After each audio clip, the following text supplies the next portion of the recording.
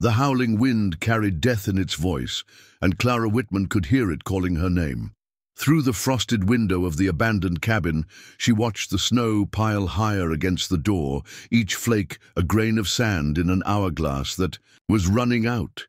Her 7 children huddled together on the single wooden cot, their breath forming tiny clouds in the bitter air. The youngest, 2-year-old Ruth, had stopped crying hours ago, and that silence terrified Clara more than any storm ever could. Before we jump back in, tell us where you're tuning in from, and if this story touches you, make sure you're subscribed, because tomorrow I've saved something extra special for you. She pressed her palm against the cold glass, her wedding ring, clicking softly against the pane. 6 months ago, she had been Clara Whitman, beloved wife and mother, living in a warm house with a garden full of sunflowers. Now she was something else entirely, a woman with 7 mouths to feed and nowhere to call home, trapped in a wilderness that seemed determined to swallow them whole. The cabin creaked under the weight of accumulating snow, and Clara closed her eyes, whispering a prayer to a God who felt as distant as the sun, hidden behind the storm clouds. She had made her choice 3 days ago, when she loaded her children into that wagon and set out for her sister's ranch in Silver Valley. Now, as the blizzard raged on with no sign of mercy, she wondered if that choice would be the last one she'd ever make. But sometimes, when the darkness feels absolute and hope seems like a luxury you can no longer afford, the mountain decides to show its other face. And sometimes, just sometimes, salvation comes in the form of a man who has learned to speak the language of winter itself. Colorado Territory stretched endlessly under a sky the color of old pewter, and Clara Whitman had never felt so small beneath it. The November air cut through her wool coat like it was made of paper, carrying with it the promise of the season's first real storm.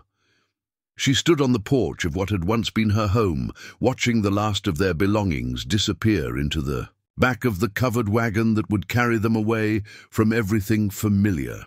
Thomas, her 15-year-old son, secured the final trunk with rope that had seen better days.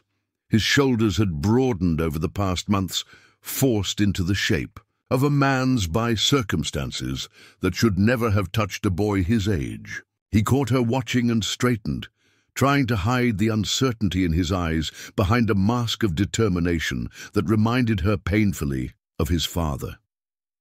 Mary, 13 and wise beyond her years, herded the younger children toward the wagon, with the practiced efficiency of someone who had learned too quickly that childhood was a luxury they could no longer afford.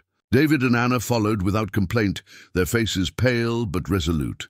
Samuel clutched a wooden toy horse that William had carved for him last Christmas, while 5-year-old Lucy held tight to a rag doll that had seen better days.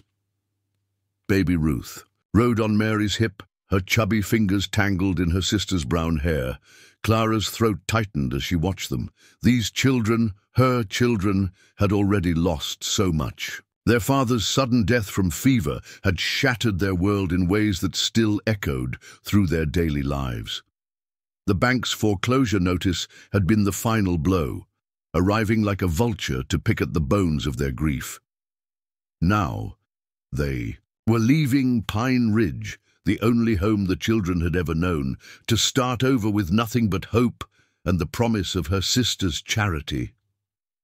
The wind picked up, whistling through the bare branches of the oak tree where William had hung a swing for the children 3 summers ago. Clara pulled her shawl tighter around her shoulders and tried not to think about how that swing would look covered in snow, with no children's laughter to warm the air around it. Mrs. Henderson from the neighboring farm appeared at the fence. Line, her weathered face creased with concern. She had been Clara's closest friend since the day William brought his young bride to Pine Ridge, and now she was one of the few people willing to acknowledge the Whitman family's existence. Most of the town had turned their backs the moment the bank notices went up, as if poverty might be contagious. "You sure about this, Clara?" Mrs. Henderson called out, her voice carrying on the cold air.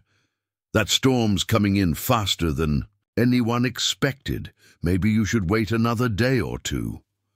Clara looked up at the darkening sky, where clouds were gathering like an army preparing for battle. The weather had been unpredictable all season, and she could feel the pressure changing in her bones. But every day they delayed was another day closer to winter's full fury, and another day of imposed charity from neighbors who had already done more than enough. "We'll be fine, Martha," Clara replied, forcing a confidence into her voice that she didn't feel. "It's only 2 days' travel to Silver Valley. We'll be at Ruth's ranch long before any serious snow falls." Martha Henderson nodded, but Clara could see the doubt in her eyes. The older woman had lived in Colorado territory long enough to read the signs that the sky was writing in gray ink across the horizon. She had seen storms come down from the mountains like hungry wolves, devouring everything in their path with a savage indifference that made human plans seem like children's games. Thomas finished his work and jumped down from the wagon, landing with the solid thud of boots on hard ground. "Everything's secure, Ma," he said, wiping his hands on his pants. "We're ready to go whenever you are." Clara nodded and took one last look at the house that had been her sanctuary for 13 years. The windows were dark now, their glass reflecting the grey sky like empty eyes. The garden where she had spent countless hours coaxing life from. The Colorado soil was already withering under the touch of early frost. By spring, it would be someone else's garden, tended by hands that had never known the particular way William liked his coffee, or the sound of children's feet on the front porch. She climbed onto the wagon seat beside Thomas, who had taken over his father's place without ever being asked. The leather was cold and cracked, and she could feel the wagon's age in every creak and groan as it settled under their combined weight. Behind them, the children arranged themselves among the boxes and bundles that represented everything they had left in the world. "Everyone ready?" Clara called back and received a chorus of voices in response. Ruth gurgled happily from Mary's arms, blissfully unaware that they were leaving the only home she had ever known. Clara envied her youngest daughter's innocence, even as she feared for it. Thomas clicked his tongue and urged the horses forward.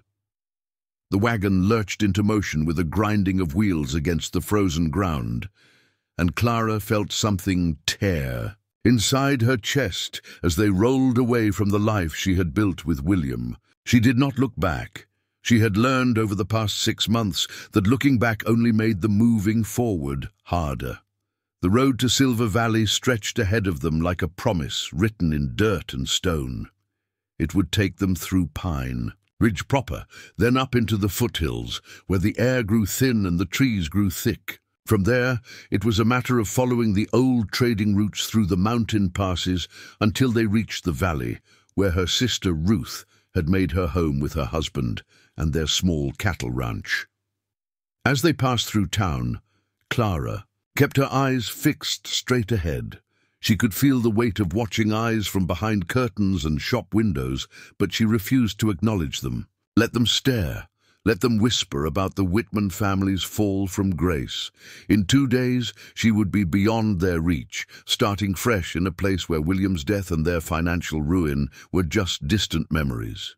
The children were quiet behind her, lulled by the steady rhythm of the wagon wheels and the hypnotic sway of the canvas cover above their heads. Clara allowed herself a moment of hope as they left Pine Ridge behind and began the gradual climb into the foothills. The air was crisp and clean, scented with pine and the promise of snow. Maybe Martha Henderson was wrong about the storm. Maybe. They would reach Silver Valley with nothing more than a few flurries to mark their passage, but the sky continued to darken as they climbed higher, and the wind began to carry a bite that spoke of winter's teeth. Clara pulled her coat tighter and tried to ignore the way the temperature seemed to drop with each mile they covered. The horses were strong and sure-footed, used to mountain travel, and Thomas handled the reins with a confidence that reminded her achingly of his father. By midday, they had covered nearly half the distance to Silver Valley, and Clara allowed herself to believe that her plan might actually work. The children had settled into the rhythm of travel, with Mary entertaining the younger ones with stories and songs, while David and Anna played quiet games with their fingers. Even baby Ruth seemed content, sleeping peacefully in the warmth of the wagon bed. But as the afternoon wore on, the wind began to change. It came in gusts now, rocking the wagon and making the canvas cover snap and flutter like a flag in distress. The temperature dropped noticeably, and Clara could see her breath misting in the air. The horses began to labor more heavily, their breath coming in great white puffs that spoke of the cold settling into their lungs. Thomas glanced at the sky with growing concern. "Ma, those clouds look mighty serious," he said, his voice pitched low so the younger children wouldn't hear. "Maybe we should find somewhere to wait this out." Clara looked up at the darkening sky and felt her heart sink. The clouds were no longer simply grey. They were black and heavy, pregnant with moisture that would soon turn to snow. The wind was picking up speed, whistling through the pine trees with a sound like a woman's scream. Every instinct she had was telling her to find shelter, but they were hours from any real town, and the only structures she could see were the occasional abandoned mining claims scattered through the hills. "We'll keep going," she decided, her voice steady despite the fear that was beginning to coil in her stomach. "Ruth's ranch isn't that much farther. We can make it before the worst of it hits." But even as she spoke the words, Clara could feel the lie in them. The storm was coming faster than anyone had predicted, and they were caught in the open with nowhere to run. She thought of her 7 children huddled in the wagon behind her, trusting her to keep them safe, and felt the weight of that responsibility settle on her shoulders like a stone. The first snowflakes began to fall just as they crested a ridge that should have given them a view of Silver Valley in the distance. Instead, Clara saw only white, a wall of swirling snow that erased the landscape as completely as if someone had drawn a curtain across the world. The wind hit them like a physical blow, rocking the wagon and making the horses snort and stamp with fear. "Ma!" Mary's voice called from the back of the wagon, high and frightened. "The snow's getting in!" Clara turned to see white flakes swirling through the canvas opening, settling on her children's faces and melting into their hair. The younger ones looked scared now, their eyes wide as they watched the storm close in around them. Ruth had woken and was beginning to fuss, her small voice adding to the growing cacophony of wind and creaking wagon wheels. "It's all right," Clara called back, forcing calm into her voice. "We're almost there, just hold tight." But they weren't almost there, and Clara knew it. The trail ahead was disappearing under the rapidly accumulating snow, and the wind was making it impossible to see more than a few feet in any direction. The horses were struggling now, their hooves slipping on the increasingly treacherous ground. Thomas was fighting to keep them on the path, his knuckles white where he gripped the reins. The blizzard closed around them like a living thing, hungry and relentless. The wind howled with a voice that seemed to come from the very heart of winter itself, and the snow fell so thick and fast that it was like being trapped inside a cloud. Clara could no longer see the trees on either side of the trail, could no longer tell where the path ended and the wilderness began. And then, through the howling chaos of the storm, she heard something that made her blood run cold. Preparing and narrating this story took us a lot of time, so if you are enjoying it, subscribe to our channel. It means a lot to us. Now back to the story.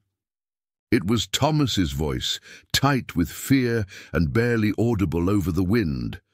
"Ma, I can't see the trail anymore. I don't know which way to go." Clara stared ahead into the white void that had swallowed their world, and for the first time since William's death, she felt truly helpless. They were lost in a blizzard with 7 children and no shelter, and the storm was only getting worse.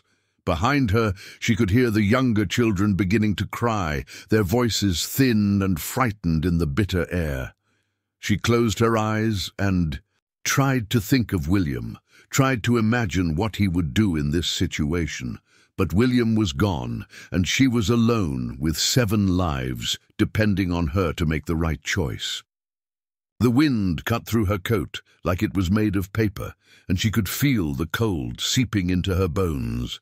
When she opened her eyes again, Clara Whitman was no longer the woman who had lived safely in Pine Ridge with a garden full of sunflowers. She was something harder now, something forged by loss and desperation into a shape that could survive what was coming. She might not know where the trail led, but she knew one thing with absolute certainty. She would not let her children die. In this storm, "Keep the horses moving," she told Thomas, her voice cutting through the wind like a blade. "We'll find shelter. We have to."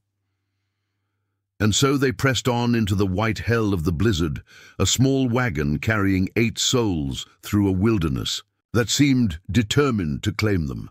The storm raged around them with the fury of something wild and untamed, and Clara held tight to the reins of her fate, not knowing that somewhere in the white darkness ahead, salvation was waiting in the form of a man who had learned to call the mountains home. The snow had transformed the world into something unrecognizable, a white wasteland where familiar landmarks disappeared like ghosts into the swirling chaos. Clara's fingers had gone numb hours ago, but she kept them wrapped around the wagons, wooden side, using the pane as an anchor to reality. The cold was no longer just an inconvenience. It had become an enemy, creeping through their clothes and settling into their bones with the patience of something that knew it would win in the end. Thomas had stopped the wagon 3 times now, each halt longer than the last, as he tried to peer through the wall of snow that surrounded them. The horses stood with their heads lowered, ice forming in their manes and around their nostrils. Their breathing came in great clouds that were immediately torn away by the wind, and Clara could see the exhaustion in their stance. They couldn't keep going much longer. "Ma, the little ones are getting real cold." Mary's voice came from behind her, barely audible over the storm's roar.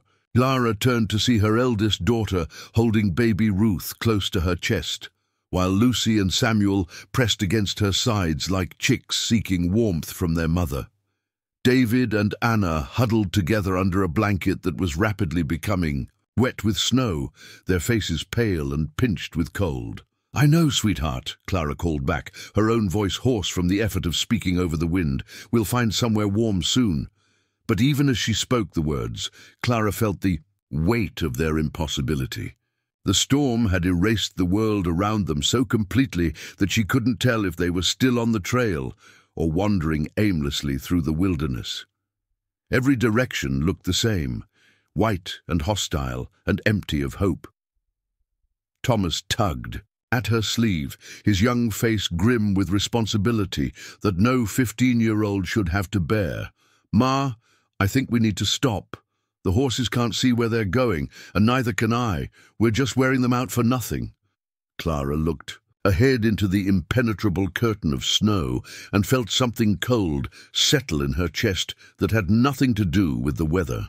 To stop meant to admit defeat, to acknowledge that her plan had failed and that she had led her children into mortal danger. But to continue blindly forward might mean driving them over a cliff or into a ravine hidden by the snow.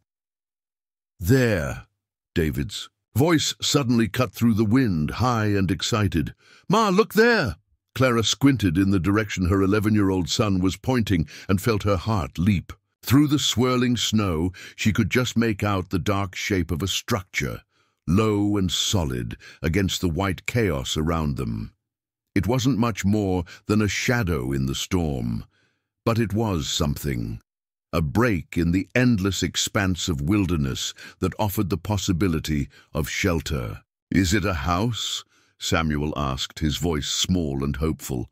"I don't know," Clara replied, straining her eyes to make out more details. "But it's shelter. Thomas, can you get us there?" Her son nodded grimly and urged the exhausted horses toward the dark shape. The wagon lurched forward through snow that was now well past the horses' knees, each step a struggle against the storm's fury. Clara held her breath as they drew closer, afraid that the structure might prove to be nothing more than a trick of light and shadow. But as they approached, the building took on more solid form. It was a cabin, small and weathered, but undeniably real. The roof sagged under the weight of accumulating snow, and the single window visible from their angle was dark and empty, but the walls looked sound and the door appeared intact. More importantly, there was a small lean-to attached to one side that could provide shelter for the horses. "It looks abandoned," Mary observed as Thomas brought the wagon to a stop beside the cabin. "Abandoned is better than nothing," Clara replied, already climbing down from the wagon seat. The snow came up to her knees, and the wind hit her like a physical blow the moment she left the wagon's meager protection. Ice crystals stung her face and made her eyes water, but she pushed forward toward the cabin door. The wooden door was secured with a simple latch, swollen with moisture but not locked. Clara pushed it open and peered inside, her heart sinking at what she saw. The cabin was indeed abandoned, and had been for some time. Dust covered every surface, and the air smelled of disuse and decay. The single room contained a rough wooden table, a few chairs, and a stone fireplace that looked like it hadn't seen a fire in months. In one corner stood a narrow cot with a straw mattress that had seen better days, but it was dry, and it was shelter, and right now that made it more precious than any palace. "Thomas, help me get the children inside," Clara called over the wind. "Then we'll see to the horses." The next few minutes passed in a blur of activity as they transferred the children and their most essential belongings from the wagon to the cabin. Ruth cried as the cold air hit her, her small face red and chapped. Lucy clung to her rag doll and shivered violently, while Samuel seemed too stunned by the cold to do much more than follow where he was led. Once the children were inside, Thomas and Clara worked together to get the horses into the lean-to. It wasn't much protection from the storm, but it was better than leaving them exposed to the full fury of the blizzard. They unloaded what supplies they could carry and left the rest in the wagon, hoping the canvas cover would provide some protection from the snow. When they finally stumbled back into the cabin and barred the door against the wind, Clara felt a moment of relief, so intense it was almost painful. They were alive, they were together, and they had shelter. It wasn't much, but it was enough to keep the storm from claiming them immediately. The cabin was bitterly cold, and their breath still misted in the air, but at least they were out of the wind. Clara gathered her children around her and took stock of their situation. They had some food, not much, but enough for a day or two if they were careful. They had blankets and warm clothes, though not nearly enough for an extended stay. Most importantly, they had each other. "David, Anna, see if you can find anything in here that might burn," Clara instructed. "We need to get a fire going." The children scattered through the small cabin, searching for anything that might serve as fuel. There were a few pieces of broken furniture that could be burned, and David discovered a small pile of old newspapers stuffed behind the stove. It wasn't much, but it was a start. Clara knelt by the fireplace and began building a fire with practiced efficiency. She had learned to coax warmth from reluctant flames during the long months after William's death, when fuel was precious and mistakes could mean a cold night for her children. The paper caught quickly, and soon she had a small blaze going that cast dancing shadows on the cabin walls. The warmth was minimal at first, barely enough to take the edge off the bitter cold, but it was something. The children gathered around the fireplace like flowers turning toward the sun, their faces beginning to regain some color. Ruth stopped crying and reached her small hands toward the flames, fascinated by the light and movement. "How long do you think the storm will last?" Mary asked, settling Ruth on her lap. Clara looked toward the single window, where snow was piling up against the glass with alarming speed. The wind howled around the cabin with undiminished fury, and she could hear the building creaking under the assault. "I don't know," she admitted, "but we're safe here for now." As the hours passed, Clara tried to make the cabin feel more like a temporary home and less like a trap. She arranged their blankets to create a warmer space near the fire and distributed what food she had among the children. It wasn't much, some bread, dried meat, and a few withered apples, but it was enough to quiet the immediate hunger. The storm showed no signs of abating. If anything, it seemed to be growing stronger, the wind battering the cabin with increasing violence.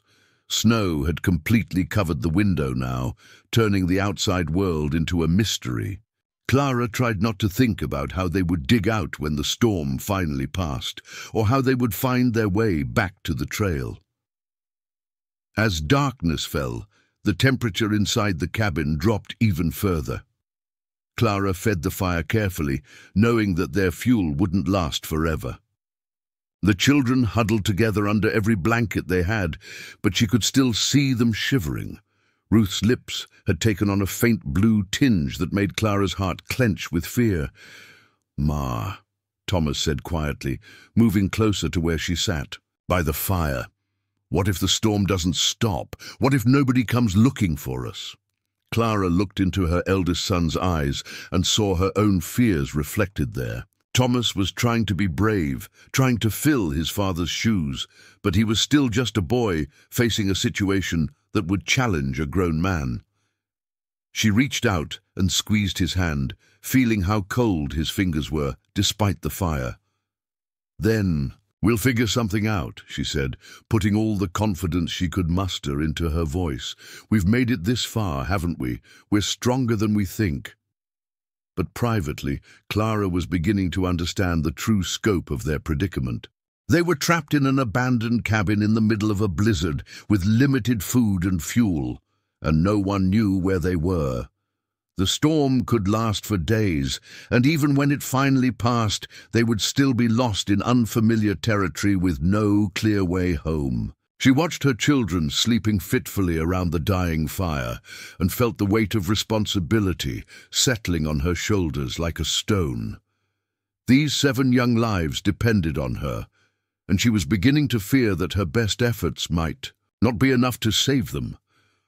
Outside, the storm raged on with relentless fury, but Clara didn't know that 20 miles away, another story was unfolding. Deep in the mountains, where the wind carved strange songs from the stone, and the snow fell. Like stars, there lived a man who had learned to read the language of winter storms. He had felt the pressure change in his bones, had seen the signs written in the sky, and now he was preparing for what he knew would be a fight for survival. Jacob Stone stood at the window of his own cabin, watching the blizzard tear through the valley below. He was a man carved from the mountains themselves, tall and broad-shouldered, with hands scarred by years of hard work and eyes that had seen too much of the world's cruelty. His beard was streaked with grey despite his 35 years, and his face bore the lines of someone who had learned early that life offered no guarantees. He had been a soldier once, before the war ended, and left him with memories he couldn't shake and a need for silence that only the mountains could provide. For 8 years, he had lived alone in this remote cabin, trapping and hunting, trading his furs in town twice a year and otherwise avoiding human contact. The solitude suited him. People were complicated, unpredictable, capable of cruelty that still made him wake in cold sweats some nights. But storms like this one brought out something in Jacob that he couldn't entirely suppress, a restlessness that spoke of old instincts and older responsibilities. He had been trained to watch for danger, to respond when others were in trouble, and every nerve in his body was telling him that tonight, somewhere in this white hell, people were dying. He moved away from the window and began gathering supplies: rope, blankets, dried food, a bottle of whiskey that could warm a body from the inside out. His snowshoes hung by the door, well made and tested by years of mountain travel. The wind howled around his cabin like a living thing, but Jacob Stone had walked through worse storms than this. The mountain had taught him its secrets, and he knew how to survive its moods. Something was calling him out into the night, a feeling he couldn't name but couldn't ignore. Maybe it was intuition, maybe it was the same instinct that had kept him alive through 3 years of war. Whatever it was, Jacob Stone was listening. He shouldered his pack and stepped out into the storm, immediately feeling the wind try to tear him from his feet. The snow stung his face like needles, and the cold bit through his heavy coat, but he pushed forward into the white darkness. Somewhere out there, he was certain, someone needed help. The mountain would test him tonight, would throw everything it had at him to see if he was worthy of the lives he might be called upon to save. Jacob Stone pulled his hat down over his eyes and began the long trek through the storm, following a path that existed more in his memory than in the snow-covered landscape around him. He didn't know about the abandoned cabin, didn't know about Clara Whitman and her 7 children. He only knew that the storm was hiding something and that his conscience wouldn't let him rest until he found out what it was. Miles away, Clara fed the last of their broken furniture to the dying fire and tried not to think about what would happen when the wood ran out. The cabin creaked around them like a ship in a storm, and the wind seemed to be finding every crack and crevice in the old walls. Ruth had developed a small cough that tore at Clara's heart, and even the older children were showing signs of the cold's advance. She gathered them closer to the fire and began to sing softly, the same lullabies she had sung when they were babies safe in their beds at home. Her voice was barely audible over the storm, but the children seemed to find comfort in the familiar melodies. One by one they drifted off to an uneasy sleep, trusting in their mother's presence to keep them safe. Clara remained awake, feeding the fire stick by stick and watching the shadows dance on the walls. She thought about William, about the garden she would never see again, about the sister who was expecting them and had no way of knowing they were trapped in the storm. She thought about the choices that had led them here, and about the choices that lay ahead. But most of all, she thought about her children, and about the promise she had made to herself and to William's memory that she would keep them safe no matter what the cost. The storm could rage all it wanted, the cold could sink its teeth as deep as it liked, but Clara Whitman would not surrender. She was their mother, and that meant she was stronger than any storm winter could send. Outside, the blizzard howled on, but Clara didn't know that help was coming. She didn't know that somewhere in the white darkness, a man who had chosen solitude over society was fighting his way through the storm, driven by something he couldn't name toward a destiny he couldn't foresee. The mountain was bringing them. Together, these 2 broken souls, and before the storm was over, both of their worlds would change forever. Dawn brought no relief from the storm's fury. If anything, the blizzard seemed to have gained strength overnight, battering the cabin with renewed violence. Clara woke to find frost covering the inside walls, and her breath forming clouds in the bitter air.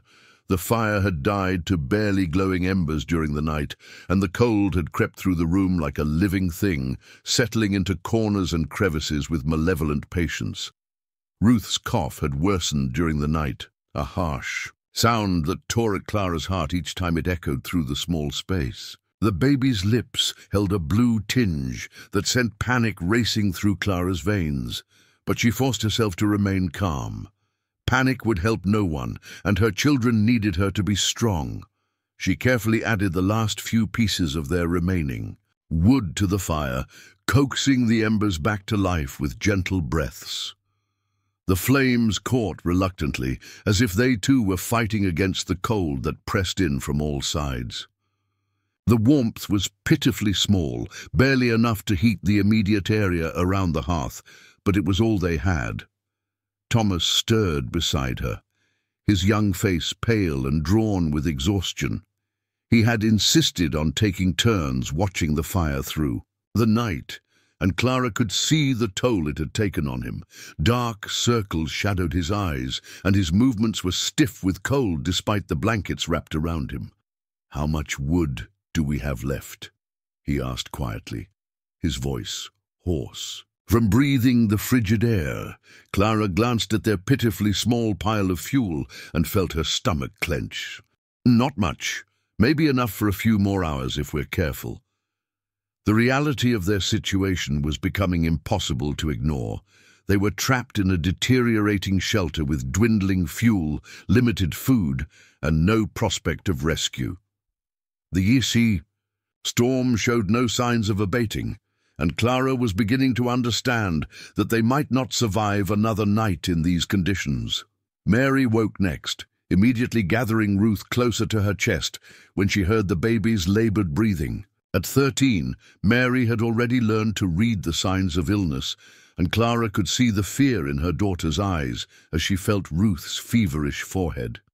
"Ma, she's burning up," Mary whispered, her voice tight with worry. Clara moved to examine her youngest child, her heart sinking as she felt the heat radiating from Ruth's small body. The baby's breathing was rapid and shallow, and her usually bright eyes were dull with fever. Clara had seen enough childhood illnesses to recognize the signs of serious respiratory distress, made worse by the bitter cold and the smoke from their inadequate fire. "We need to keep her warm," Clara said, though she knew how impossible that was becoming, "and we need to get some fluids into her."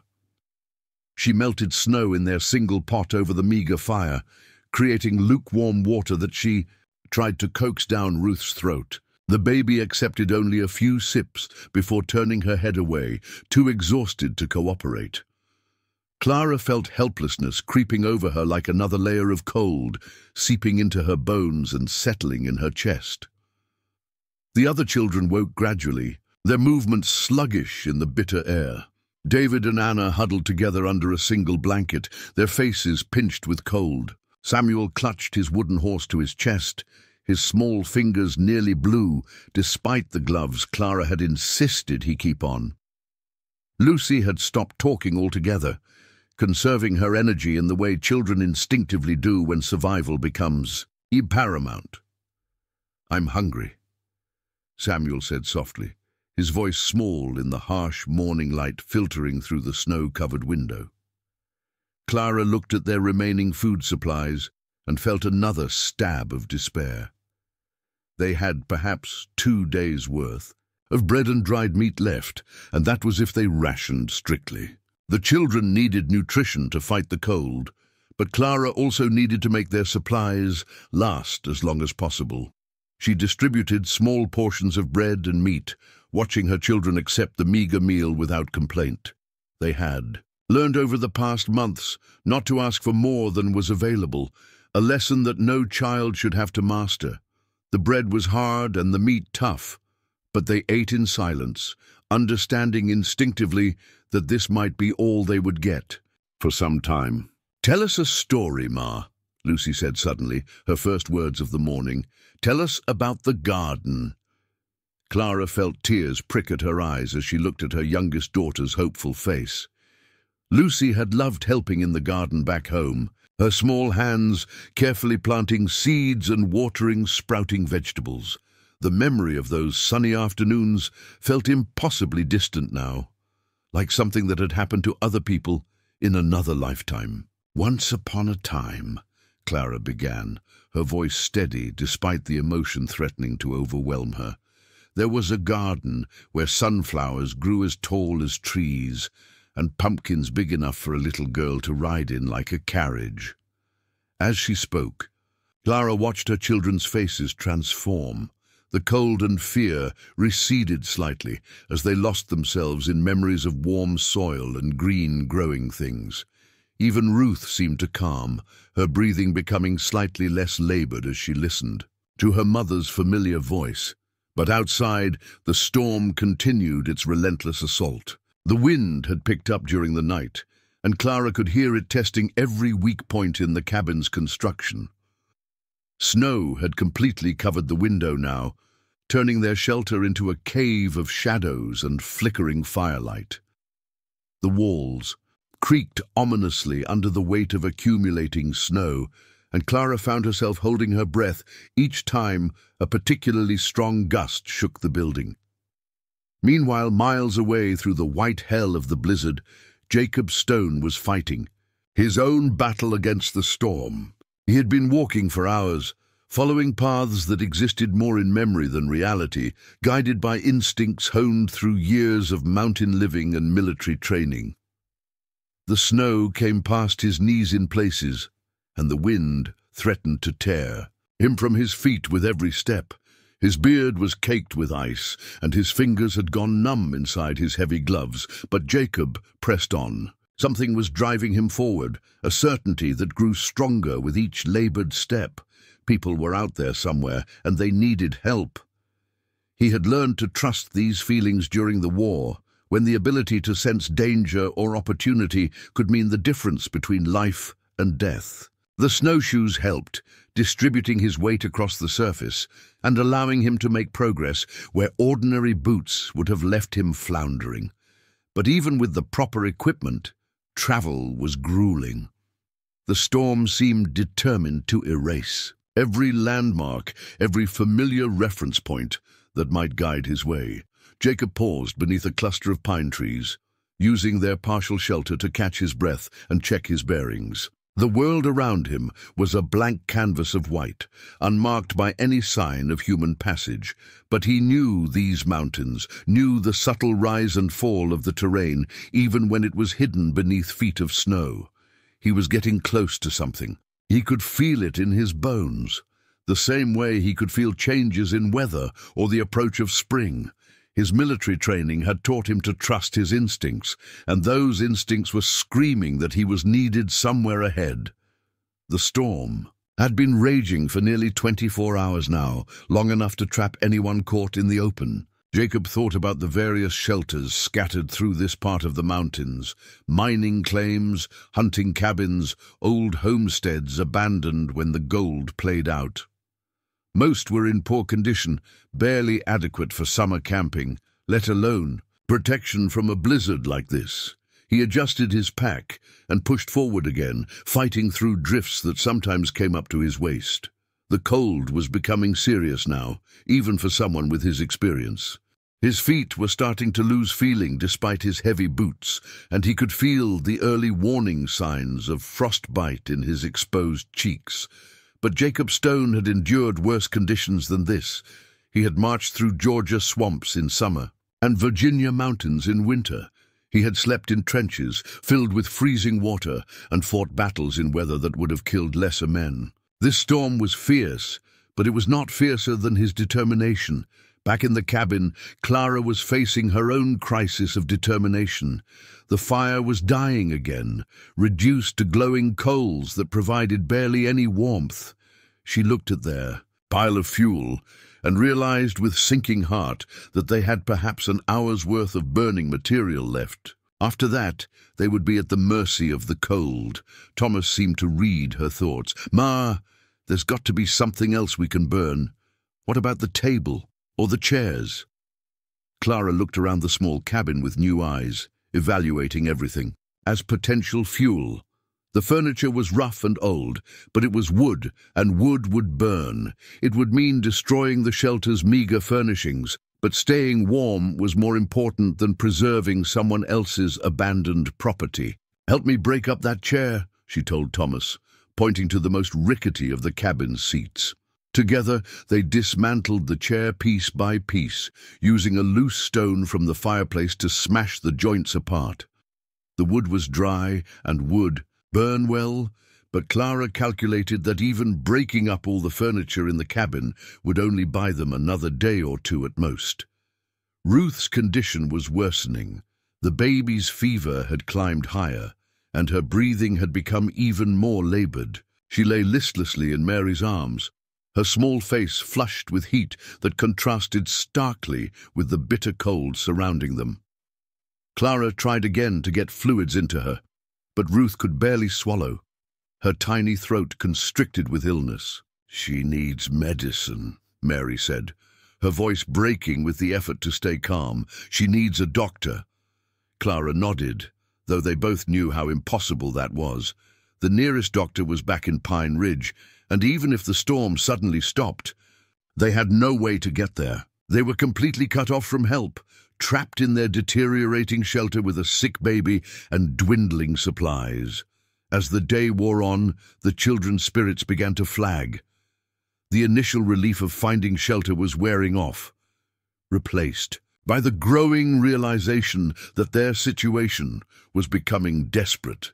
They conserved their energy by lying still under the blankets, but Clara could see the fear growing in their eyes. Samuel had stopped playing with his wooden horse, instead clutching it against his chest like a talisman. David and Anna held each other close, whispering occasionally, but mostly remaining silent. Even Thomas, trying so hard to be the man of the family, showed the strain in the tight lines around his eyes. "How long can we stay here?" Anna asked suddenly, her voice small and scared. Clara looked into her 9-year-old daughter's eyes and struggled to find an answer that was both honest and hopeful. "As long as we need to," she said finally. "We're together, and we're safe, and that's what matters." But privately, Clara was beginning to fear that their time was running out. The cold was winning, creeping closer with each passing hour. Ruth's illness was worsening, and the other children were showing signs of exposure, despite their efforts to stay warm. The fuel wouldn't last much longer, and then they would be completely at the mercy of the elements. She thought about the choices that had brought them here, about the decision to leave Pine Ridge when the storm warnings were already apparent. Had she been foolish to risk her children's lives for the sake of pride? Should she have accepted charity from neighbors rather than striking out on her own? But second-guessing wouldn't help them now. Clara had learned during the months since William's death that survival required focusing on the present moment, on the immediate needs that could be addressed. Regret was a luxury she couldn't afford. As afternoon faded toward evening, the storm showed no signs of weakening. If anything, the wind seemed to be picking up strength, howling around the cabin with renewed fury. Snow continued to pile against the walls, and Clara could hear ominous creaking sounds that suggested the roof was struggling under the weight. She fed more broken chair pieces to the fire, watching the flames leap higher for a brief moment before settling back to their inadequate glow. The warmth felt good against her face, but she knew it wouldn't last. Soon they would be burning their last stick of wood, and then the cold would claim them completely. Outside in the storm, Jacob Stone was closer than anyone could have imagined. He had been following a creek bed that he knew led past several abandoned structures, though the waterway was completely buried under snow. His years of mountain experience told him that he was near one of the old trapping cabins, though he couldn't see it through the wall of falling snow. Something made him pause, a subtle change in the wind or a shift in the storm's voice. He stood motionless for several minutes, letting his senses extend beyond the immediate chaos of the blizzard. There was something different about this area, something that didn't belong to the natural rhythm of the storm. Then he caught it, just for a moment, carried on a gust of wind, the faint smell of wood smoke. Someone had a fire somewhere close by. Jacob felt his pulse quicken as he turned slowly, trying to determine the direction of the scent. It was hard to tell in the shifting wind, but his nose told him it was coming from somewhere ahead and to his right. He pushed forward with renewed energy, following his nose through the white darkness. The smoke scent grew stronger, confirming that he was heading in the right direction. Someone was burning wood, which meant someone was alive and taking shelter. Jacob's training told him to be cautious. He didn't know who he might find or whether they would welcome his help. but his conscience told him that caution was a luxury he couldn't afford. If people were trapped in this storm, they needed help, and they needed it soon. Jacob Stone had spent 8 years avoiding human contact, but tonight all his instincts told him that isolation was not an option. He pressed forward through the storm, following the growing scent of smoke toward whatever destiny awaited him in the white darkness ahead. Behind him, his tracks filled with snow almost immediately, erasing all sign of his passage. It was as if the mountain itself was guiding him forward while simultaneously covering his retreat. In the cabin, Clara added the last pieces of the broken chair to the fire and watched the flames dance higher. The warmth felt wonderful, but she knew it was temporary. Soon they would need to start breaking up the table, and after that there would be nothing left to burn but the cabin's structural wood, a step that would compromise their shelter just as much as the cold. Ruth's breathing had become increasingly labored, and the baby's fever showed no signs of breaking. Clara held her youngest daughter close, feeling the heat radiating from the small body and wishing desperately that she could trade places with her. A mother's love should be enough to heal a sick child, but Clara was learning the harsh lesson that love, no matter how fierce, couldn't always overcome the brutality of circumstance.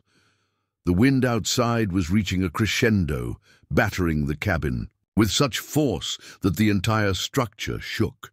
Clara found herself holding her breath during the strongest gusts, wondering if the old building could withstand much more punishment. If the roof collapsed or a wall gave way, they would be completely exposed to the storm's fury.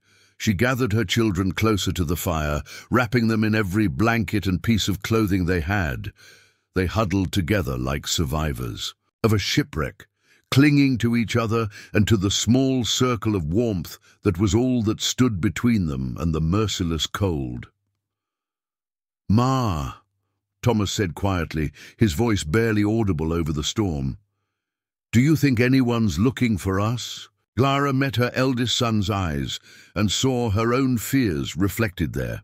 They had been expected at Ruth's ranch, but that was still a day's travel away under normal conditions. Her sister might not even realize they were missing yet. And even if she did, no one would venture out in a storm like this. "I think people care about us," Clara said carefully, "and when the storm passes, they'll come looking." It was the most honest answer she could give, though she knew that by the time anyone could search for them, it might be too late. They needed help now, not when the weather cleared. They needed a miracle, and Clara had stopped believing in miracles. Months ago, when William died and left her alone with 7 children and no clear path forward. But sometimes miracles come in forms we don't expect, carried on wings of snow and desperation by people who have learned that survival sometimes means reaching beyond yourself to help others survive. Sometimes salvation wears the face of a stranger who has walked through hell to find you, guided by nothing more than intuition and the stubborn refusal to let others suffer alone. Clara didn't know it yet, but her miracle was fighting his way through the storm, less than a quarter-mile away, following the scent of her fire through the white darkness, like a beacon calling him home. The table made a hollow sound when it hit, the floor splintering into pieces that would feed their fire for perhaps another hour. Clara's hands shook as she gathered the broken wood, and not entirely from the cold. Each piece of furniture they destroyed brought them one step closer to having nothing left to burn, nothing left to keep the advancing darkness at bay. Ruth's breathing had become a terrible whisper, barely audible over the storm's constant roar. The baby lay motionless in Mary's arms, her small chest rising and falling in irregular patterns that made Clara's heart race with terror. The fever had climbed throughout the day, and now Ruth's skin burned with a heat that seemed to mock the bitter cold surrounding them.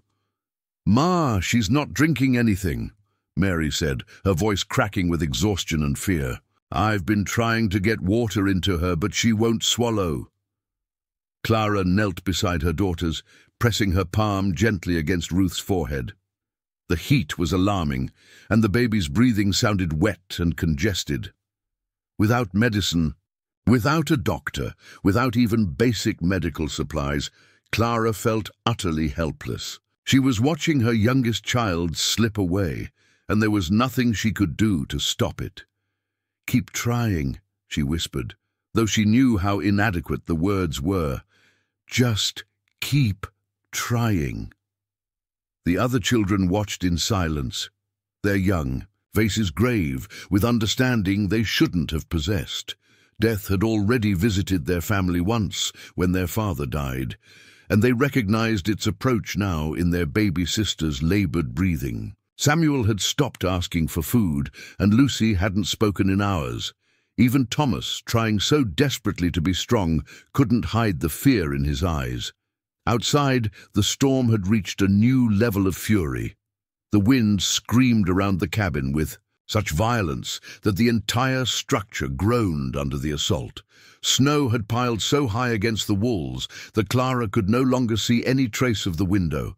They were buried alive, entombed in a coffin of wood and ice, while the mountain tried to crush them beneath its white weight. A sudden crack echoed through the cabin, sharp and ominous. Clara looked up to see a beam in the ceiling sagging under the accumulated snow on the roof. Dust and debris rained down, and she realized with growing horror that their shelter was beginning to fail. The old cabin had never been built to withstand this kind of punishment, and the storm was finding every weakness in its construction. "Everyone away from the center," Clara ordered, herding her children toward the corner where the walls seemed strongest. "Stay close to the fireplace." But even as they huddled in their new position, Clara could see more signs of structural failure. The door frame was pulling away from the wall, letting in fingers of wind that carried snow and bitter cold. The floor creaked ominously with each gust, and she could hear the sound of nails pulling loose from wood that had become brittle with age and moisture. Thomas helped her drag the remaining blankets and supplies to their new position, but his movements were sluggish now, affected by the cold that was winning its battle against their failing fire. David and Anna clung to each other, their lips blue despite the scarves wrapped around their faces. Samuel had retreated so deeply into himself that he barely responded when spoken to. "How much wood do we have left?" Thomas asked, though they both knew the answer was heartbreaking. Clara looked at their pitiful pile of broken table pieces and felt despair wash over her like another wave of cold. "Maybe an hour's worth, 2 at the most if we're very careful." The reality of their situation was becoming impossible to ignore. The cabin was failing, their fuel was nearly gone, Ruth was dying, and the storm showed no mercy. Clara had led her children into a trap, and now she was watching helplessly as that trap slowly closed around them. She thought about the moment. She had decided to leave Pine Ridge, the mixture of pride and desperation that had driven her to load her children into a wagon and strike out across unfamiliar territory. At the time, it had felt like the only choice available to her. Now, as she watched Ruth's breathing become more labored with each passing minute, Clara wondered if she had made the worst decision of her life. "Ma!" Mary's voice was barely a whisper, thick with tears she was trying not to shed. "What are we going to do?" Clara met her eldest daughter's eyes and saw her own terror reflected there. Mary was 13, old enough to understand their situation, old enough to know that their chances of surviving the night were growing slimmer with each passing hour. She deserved an honest answer, but Clara didn't have one to give. "We're going to keep fighting," Clara said, putting every ounce of conviction she could muster into her voice.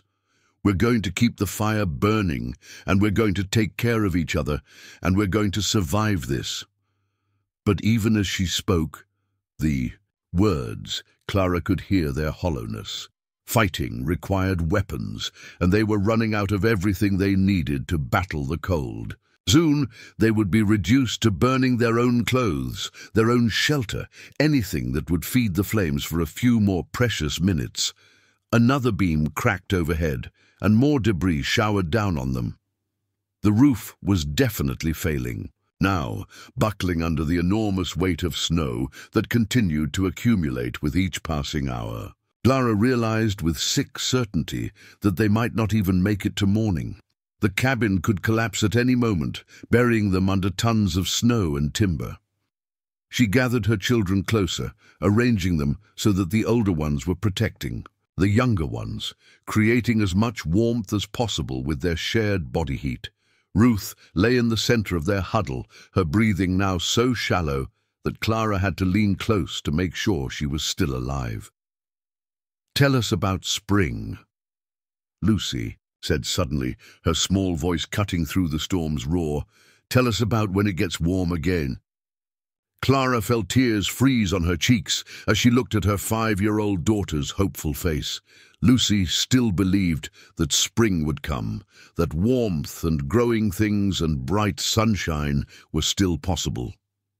The faith in those young eyes was heartbreaking and beautiful and utterly without foundation in their current reality.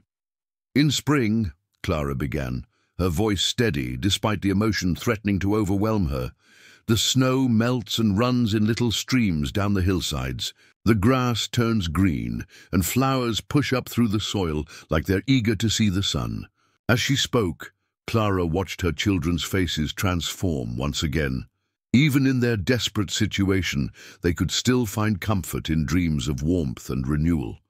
The storm might be destroying their shelter and consuming their fuel, but it couldn't touch their ability to imagine a world beyond this frozen hell. But while Clara fought to keep hope alive in her children's hearts, her own hope was dying with each labored breath from Ruth's tiny lungs. The baby was slipping away, and Clara was powerless to stop it. Soon, she would have to watch her youngest child die, and then she would have to figure out how to keep the rest of her family alive long enough to see that spring she was describing. Outside, unknown to the dying family, Jacob Stone was fighting his own battle with despair. The scent of smoke had grown stronger, but the storm was making it impossible to pinpoint its source. He had been circling for what felt like hours, following his nose through the white chaos, getting close enough to know that people were nearby but unable to find them. The cold was becoming serious even for someone with his experience. His feet had lost most feeling despite his heavy boots, and he could feel ice forming in his beard with each breath. The wind cut through his clothing like knives, and the snow was so thick that he couldn't see more than a few feet in any direction. But Jacob Stone had not survived 3 years of war and 8 years of mountain isolation by giving up when things became difficult. Every instinct he possessed told him that people were dying somewhere close by, and he would not stop searching until he found them, or the storm claimed him as well. He paused beside a large pine tree, using its bulk to shelter himself from the wind while he tried to get his bearings. The smoke scent was definitely stronger here, but it seemed to be coming from all directions at once, confused by the swirling wind. Jacob closed his eyes and tried to think like the people he was seeking. Where would they have taken shelter? What kind of structure would they have found in this part of the mountains? Then he remembered the old trapping cabin that sat in a small clearing about a 1/4 mile from his current position. He had stumbled across it years ago during a hunting trip, noting its poor condition and remote location. It wasn't much of a shelter, but it would be better than nothing for people caught in the storm. Jacob oriented himself carefully and began pushing through the snow toward where he remembered the cabin standing. The going was brutal, with drifts that sometimes came up to his chest, but he pressed forward with renewed determination. If people were sheltering in that cabin, they would need help soon. The old structure was barely adequate for summer camping, let alone protection from a blizzard like this. As he fought through the storm, Jacob's mind wandered to the war, to the countless times he had been called upon to rescue wounded comrades from impossible situations. He had learned then that survival often depended on refusing to accept defeat, on continuing to fight, even when logic said the battle was already lost.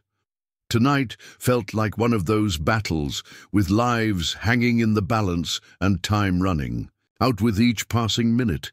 In the cabin, that time was indeed running short. The fire had burned down to glowing coals again, and Clara was feeding it the last pieces of their broken table. The flames leaped higher for a moment, casting dancing shadows on walls that seemed to be closing in around them. But she knew this warmth wouldn't last, and after this they would have nothing left to burn except the cabin itself. Ruth's condition had deteriorated further. The baby's skin was now hot to the touch, but her hands and feet felt cold, a combination that Clara knew was dangerous. Ruth's breathing had become even more labored, and she no longer responded when spoken to. Mary held her close, tears streaming down her face as she whispered prayers and lullabies to her dying sister. "Maybe we should try to get to the horses," Thomas suggested desperately. "Maybe we could ride out of here." Clara shook her head, though she appreciated her son's determination to find a solution. "The horses couldn't make it 50 yards in. This storm, we'd all freeze to death before we got anywhere."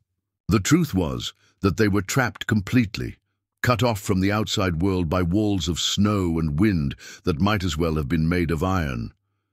Their shelter was failing, their fuel was exhausted, and their youngest member was dying.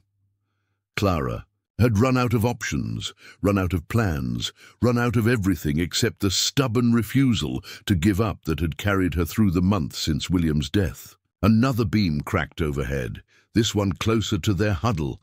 The roof was definitely going to collapse soon, Clara realized. When it did, they would be buried under tons of snow with no way to dig themselves out. The irony was bitter. They had found shelter, only to have it become their tomb. "I love you all," Clara said suddenly, gathering her children as close as she could. "No matter what happens, I want you to know that every moment of your lives has been a gift to me. You've made me proud every single day." The children looked at her with eyes that were too knowing, too accepting of what her words really meant. They understood that their mother was preparing them for the end, and in their quiet acceptance, Clara saw a strength that humbled her. These children, her children, had found courage in the face of impossible circumstances.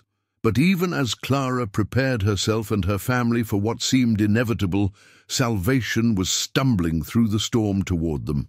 Jacob Stone had found the clearing where he remembered the cabin standing, though the structure was almost completely buried under snow. Only the peak of the roof was visible, and even that was barely distinguishable from the natural contours of the drifted snow. But the smoke scent was strong here, definitely coming from beneath the white mound in front of him. Jacob felt his heart race as he realized that people were trapped under all that snow, probably running out of air as well as warmth. He began digging frantically with his hands, trying to clear enough snow to reach what he hoped was a door. The snow was packed hard by the wind, almost like concrete, and Jacob's progress was painfully slow. His hands were numb now, barely functional in the extreme cold, but he continued digging with desperate determination. Somewhere under this white mountain, people were dying, and he was their only hope. As he dug, Jacob could hear sounds from beneath the snow, voices, though he couldn't make out words. The realization that people were still alive spurred him to greater efforts. He attacked the snow with renewed vigor, using his knife to break through the hardest packed sections, following what he hoped was the outline of a wall toward where a door might be located. Inside the cabin, Clara heard something that made her heart stop. It was a sound that didn't belong to the storm, a rhythmic scraping that seemed to be coming from outside the walls. At first, she thought it might be another part of the cabin, failing, but the sound was too regular, too purposeful. "Do you hear that?" she whispered to Thomas. Her son tilted his head, listening intently. The scraping continued, accompanied now by what sounded like someone breathing heavily with exertion. Thomas's eyes widened as understanding dawned. "Someone's digging," he said, his voice filled with wonder and desperate hope. Clara felt her heart begin to race as she listened to the sounds from outside.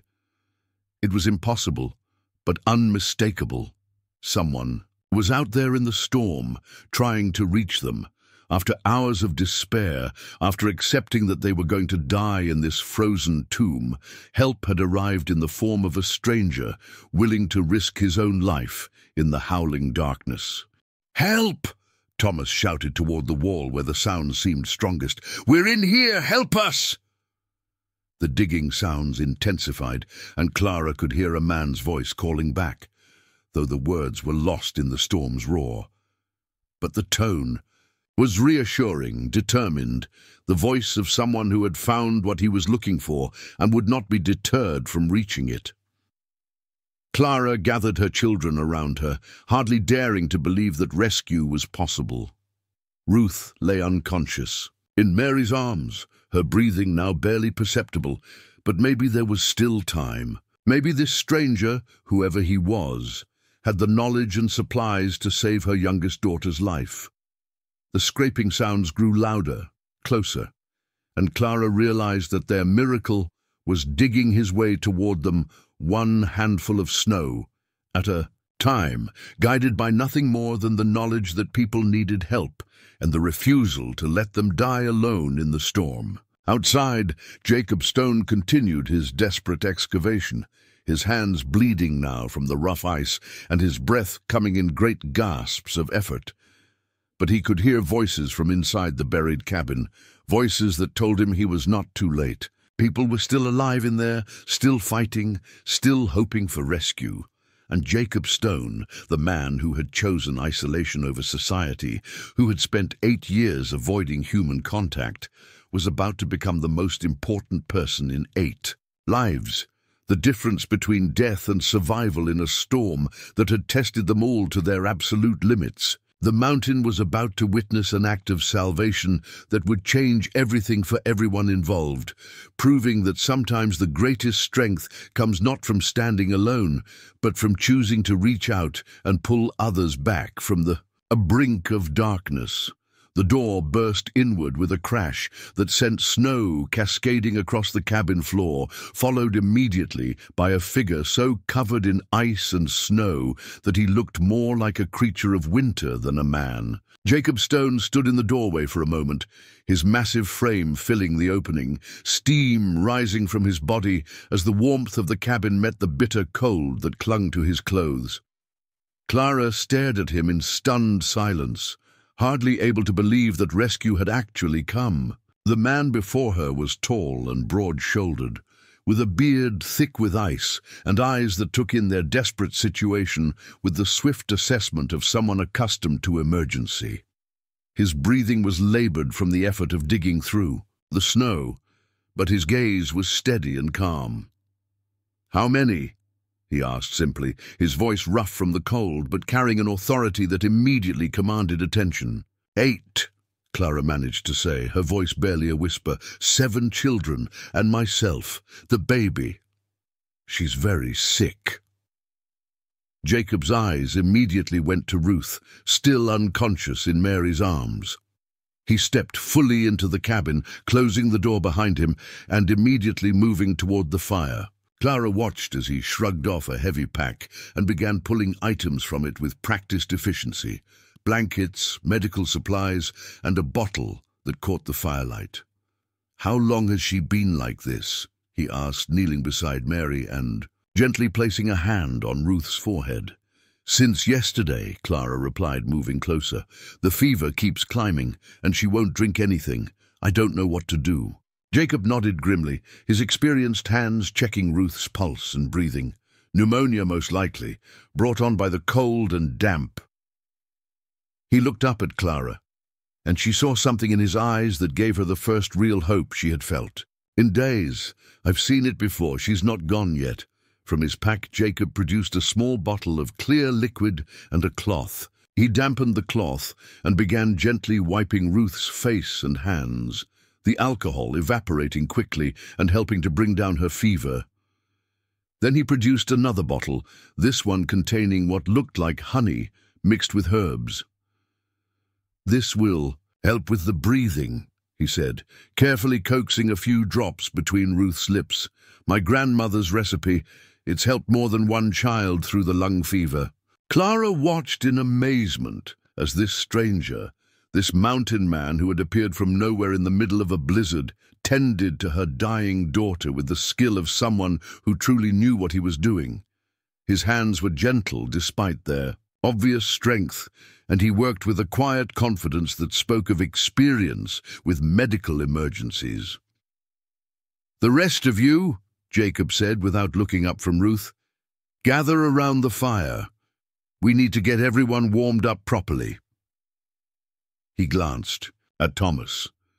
"You look like you're strong enough to help. What's your name, son?" "Thomas, sir," the boy replied, straightening slightly at being addressed with such respect. "Thomas, I need you to help me reinforce this cabin. The roof's about to come down and we can't have that happening." Jacob stood and surveyed the sagging beams overhead. "There's rope in my pack. We're going to shore up these supports until the storm passes." And for the next hour, Clara watched in amazement as Jacob Stone transformed their desperate situation into something manageable.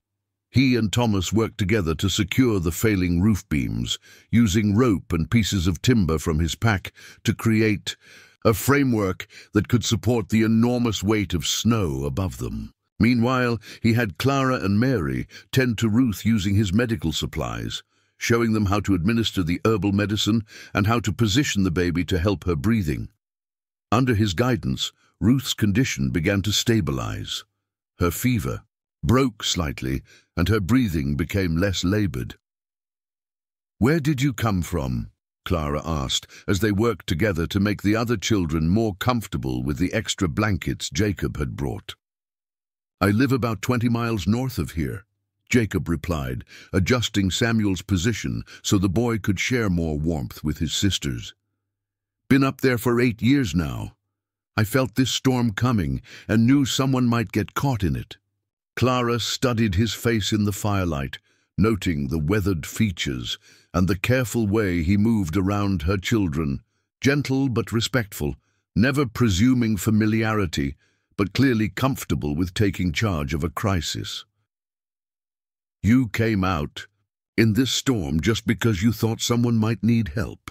Jacob paused in his work, meeting her eyes directly for the first time since entering the cabin. "Lost too many good people in my life to let more die when I might be able to help." There was something in his voice, a depth of pain quickly covered, that told Clara this man had his own sorrows to carry, but he had set those aside to venture into a deadly storm on the chance that strangers might need rescue. The selflessness of it took her breath away. As the night wore on, the cabin gradually transformed from a place of desperation into something resembling safety.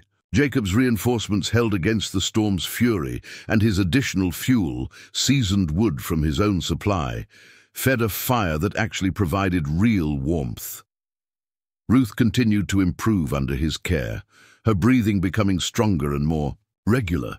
The other children, initially shy around this imposing stranger, began to warm to him as they realized he was their salvation. David showed him the wooden horse Samuel always carried, and Jacob examined it with genuine interest, praising the craftsmanship and asking about the boy who had carved it. "My pa made it," Samuel said softly, speaking for the first time since Jacob's arrival, before he died. Jacob nodded solemnly. "He was a good carver. You can tell a lot about a man by the way he works wood. Your father had patient hands." Clara felt tears prick her eyes at the gentle way this stranger honored William's memory. Most people either ignored the children's mentions of their father or offered awkward condolences. Jacob simply acknowledged the loss and found something meaningful to say about the man they had loved. As the storm continued to rage outside, the atmosphere inside the cabin grew almost warm. Jacob shared food from his pack, jerky and hardtack that tasted like feast to the hungry family. He told stories of the mountains, of wildlife and weather patterns, speaking in a low voice that somehow managed to carry over the storm's noise without seeming loud. "Will the storm end soon?" Anna asked, curled up against Clara's side. Jacob looked toward the door, listening to the wind's voice with the ear of someone who had learned to read winter's moods. "By morning, I think. Maybe not completely, but enough for us to move if we need to." "Move?" Clara asked, though she thought she knew what he meant. "This cabin won't survive another storm like this one," Jacob said honestly. "The structure's compromised. You'll need to come with me until we can get you somewhere safer." Clara felt a moment of the old wariness, the instinct to be suspicious of offers that seemed too good to be true. But she looked at her children, all of them alive, warm and safe because of this man's intervention, and realized that suspicion was a luxury she couldn't afford. "We don't have anywhere to go," she admitted. "We were traveling to my sister's ranch in Silver Valley when the storm caught us." Jacob nodded. "I know the place. It's a good ranch, but that's still 2 days' travel in good weather, and it'll be longer after this storm. You'll stay with me until the weather clears, and we can get you there safely." There was no presumption in his voice, no suggestion that she owed him anything for the rescue. He was simply stating what needed to happen, the way someone might. Mention that water flows downhill. Clara found herself nodding before she had consciously decided to trust him. As dawn approached, the storm's fury began to abate.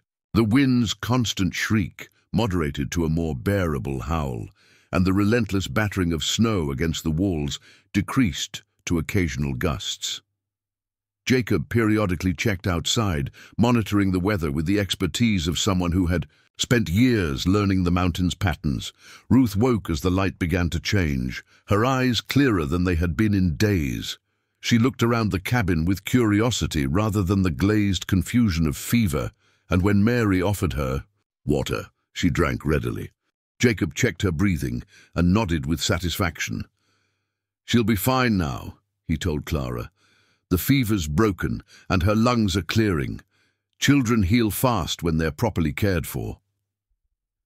Clara felt a weight lift from her shoulders that she hadn't even realized she was carrying. Ruth would live. All of her children would live, because a stranger had risked his life to save them. She looked at Jacob Stone, really looked at him, and saw something she hadn't expected. Beneath the weathered exterior and the mountain man's competent self-reliance, she glimpsed a loneliness that matched her own. "Why do you live alone up there?" she asked quietly, while the children dozed around the now warm fire. Jacob was silent for a long moment, staring into the flames. "Sometimes the world takes too much from you," he said finally. "Sometimes it's easier to live where the only things that can hurt you are weather and wild animals." Clara understood that sentiment more than he could know. After William's death, after the foreclosure and the town's cold shoulders, she had wanted nothing more than to disappear somewhere safe and quiet. But she had 7 children who needed her to keep engaging with the world, no matter how cruel it had proven to be. "The world can also give back sometimes," she said softly. "Sometimes it sends someone through a blizzard to save strangers." Jacob met her eyes again, and Clara saw something shift in his expression. Not the walls coming down entirely, but perhaps a door opening slightly, letting in the possibility that isolation wasn't the only way to heal from life's wounds. By mid-morning, the storm had passed enough for travel to be possible. Jacob helped the family gather their belongings, loading what they could salvage from the ruined cabin onto a makeshift sled he constructed from materials in his pack. The horses had survived the storm in their shelter, though they were weak and would need careful handling. As they prepared to leave the cabin that had been both prison and sanctuary, Clara looked back at the small structure that had sheltered them through the worst night of their lives. It was damaged, but still standing, scarred by the storm, but not destroyed. Rather like her family, she thought, rather like herself. Jacob led them through the snow-covered landscape with the confidence of someone who knew every tree and stone. The journey to his cabin took most of the day, but it was accomplished without incident. His home, when they reached it, was everything. The abandoned cabin had not been. Solid, well-built, warm, and obviously maintained by someone who took pride in his living space. Over the following days, as they waited for the weather to settle enough for the journey to Silver Valley, Clara found herself drawn into conversations with Jacob that revealed depths she hadn't expected. He was educated, well-read, and capable, of surprising gentleness. Her children, initially intimidated by his size and gruff exterior, soon discovered that he was patient with their questions and generous with his time. Thomas, especially, seemed to flourish under Jacob's quiet guidance. The man showed him practical skills, how to read weather signs, how to maintain equipment, how to move confidently in the wilderness.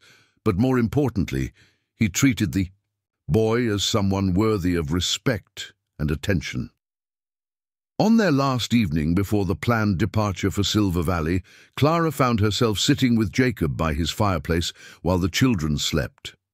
The conversation had ranged over many topics, but now they sat in comfortable silence, each lost in their own thoughts. "I've been thinking," Clara said finally, "about what you said, about the world taking too much sometimes." Jacob nodded, waiting for her to continue. "Maybe the world also knows when to bring people together," she said. "Maybe sometimes the storm isn't meant to destroy things. Maybe sometimes it's meant to clear the way for something new." Jacob looked at her for a long moment, and Clara saw the loneliness in his eyes shift into something that might have been hope. "Are you saying you might want to stay?" he asked quietly. Clara thought about Silver Valley, about her sisters, Charity, and the uncertain future that awaited her there. Then she looked around Jacob's cabin, warm and solid and safe, and thought about the man who had built it, someone who had saved her family and asked nothing in return, someone who understood loss but hadn't let it make him cruel. "I'm saying," Clara replied carefully, "that maybe we've both been running from the wrong things. Maybe what we need isn't to escape the world, but to build a better piece of it."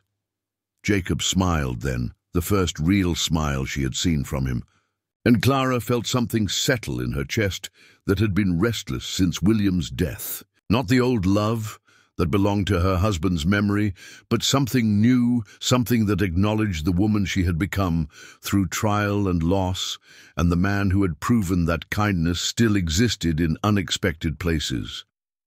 Outside, the mountain wind sang a different song now, no longer the howl of destruction, but the whisper of possibility. Spring would come eventually, as it always did, bringing with it new growth and second chances. And when it did, it would find a family that had learned the difference between surviving and living, guided by a man who had discovered that the greatest strength comes not from standing alone, but from choosing to build something together with. Someone who understands the cost of both loss and hope. The storm had tested them all and found them worthy of the peace that followed. In the end, that was perhaps the most anyone could ask for. The chance to weather the worst and emerge changed but not broken, scarred but still capable of love, alone but not forever. Up next, you've got 2 more standout stories right on your screen. If this one hit the mark, you won't want to pass these up. Just click and check them out.